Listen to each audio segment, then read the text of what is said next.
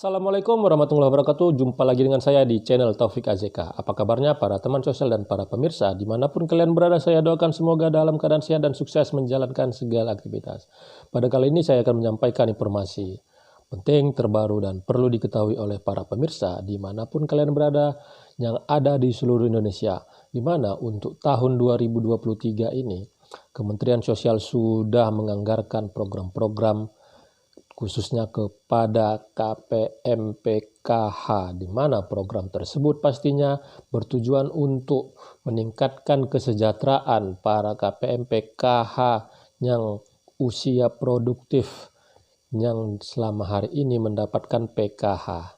Nah, program yang diberikan oleh Kementerian Sosial di tahun 2023 ini pada saat ini sudah mulai diinventarisir siapa KPM yang memang cocok dan sesuai untuk mendapatkan bantuan tambahan tersebut sesuai dengan surat yang diterbitkan oleh Kementerian Sosial.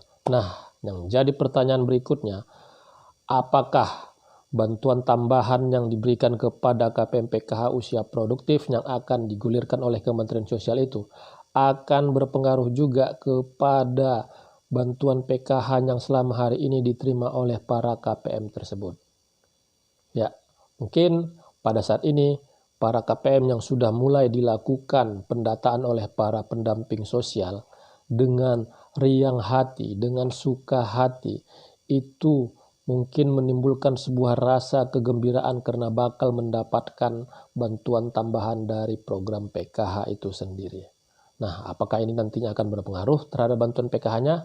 Sebelum saya menyampaikan informasinya lebih jelas dan lebih detail, sekali lagi kepada para pemirsa yang mungkin pada saat ini masih pertama kali menyaksikan channel saya ini atau yang belum melakukan like, subscribe, and share, mohon dukungannya untuk dapat like, subscribe, share, dan hidupin notifikasi loncengnya. Tonton video ini sampai selesai, jangan di skip supaya mendapatkan informasi yang utuh dan tidak menimbulkan gagal paham.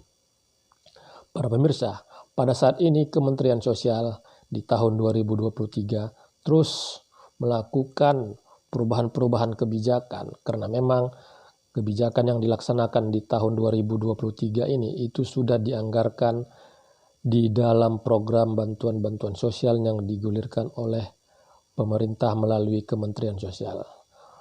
Program-program bantuan sosial yang selama hari ini diterima oleh para masyarakat, bantuan sosial reguler seperti BPNT dan PKH, itu memang pada belakangan hari ini itu sangat membantu para masyarakat, khususnya keluarga penerima manfaat BPNT dan PKH untuk membantu memenuhi kebutuhan hidup sehari-hari.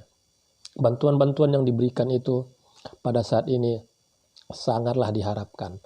Walaupun pada tahun 2023 ini itu para keluarga penerima manfaat masih menanti dan masih menunggu kapan akan dicairkan karena pada saat ini bantuan tersebut sangat diperlukan.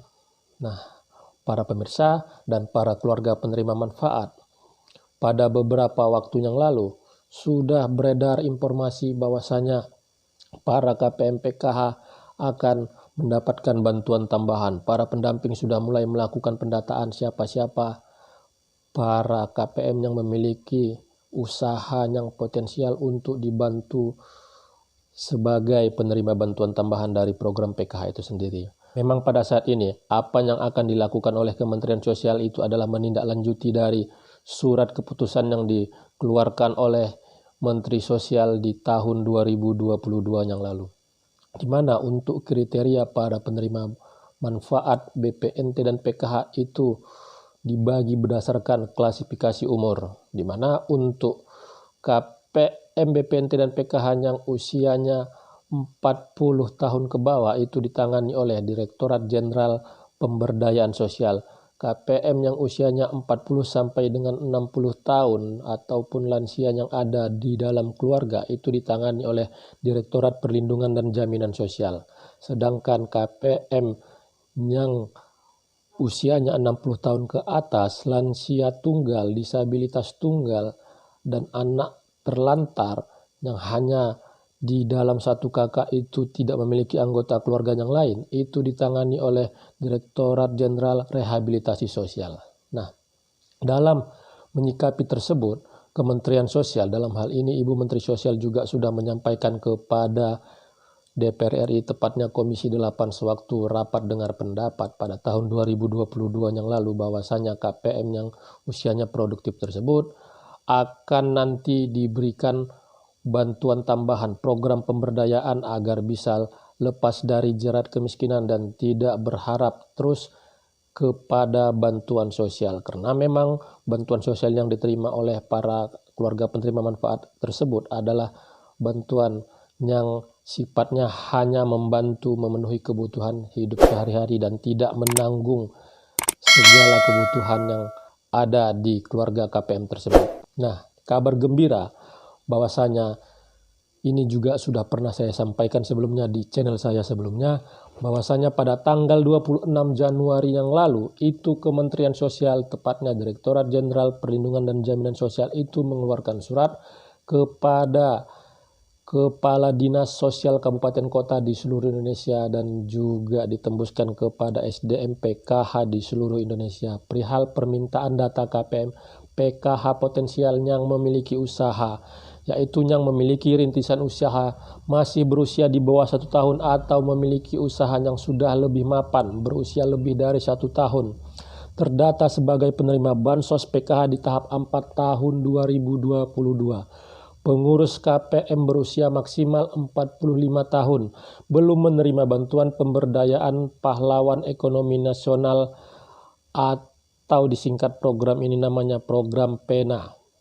Nah, pada saat ini sesuai dengan isi surat tersebut yang diminta adalah KPM PKH yang potensial yang usia 45 tahun ke bawah dan terdaftar sebagai penerima Bansos PKH di tahap 4 di tahun 2022.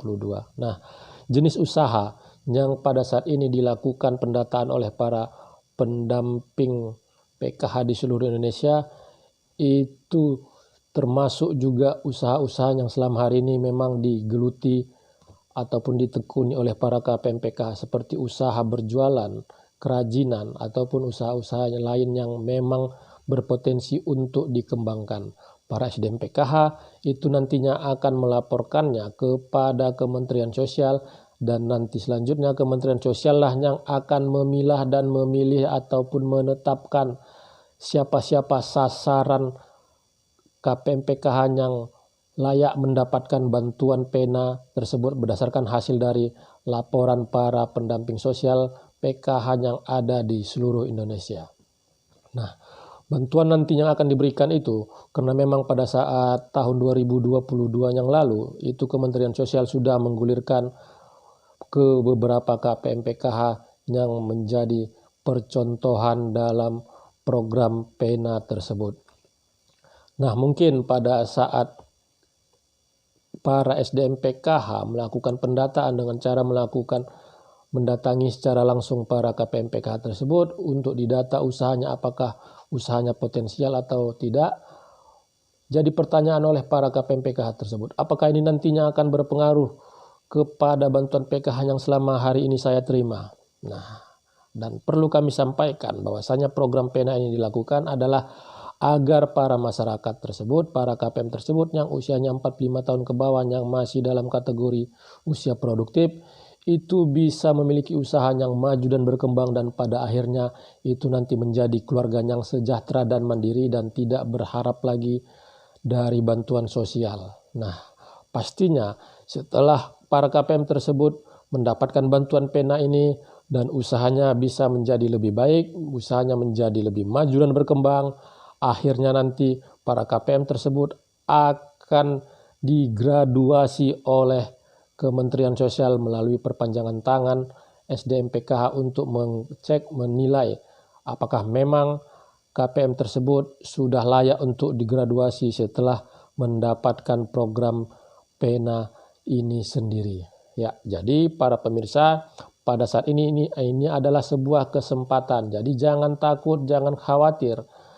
Walaupun pada akhirnya nanti setelah mendapatkan program PENA ini para KPM tersebut digraduasi mandiri, tapi yakinlah bantuan yang diberikan oleh Kementerian Sosial ini pastinya nanti akan membuat para keluarga penerima manfaat tersebut menjadi keluarga yang sejahtera dan akhirnya nanti akan terlepas dari jerat kemiskinan.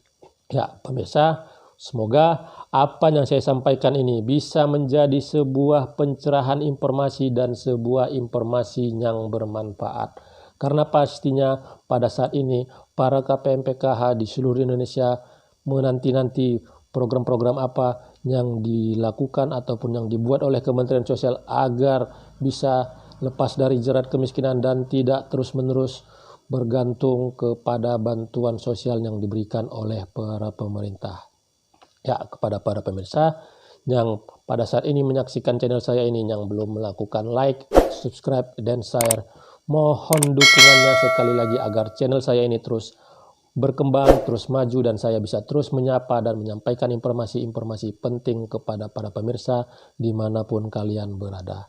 Terima kasih sudah menonton. Saya ucapkan saya akhiri. Wabillahi taufiq wal hidayah. Wassalamualaikum warahmatullahi wabarakatuh.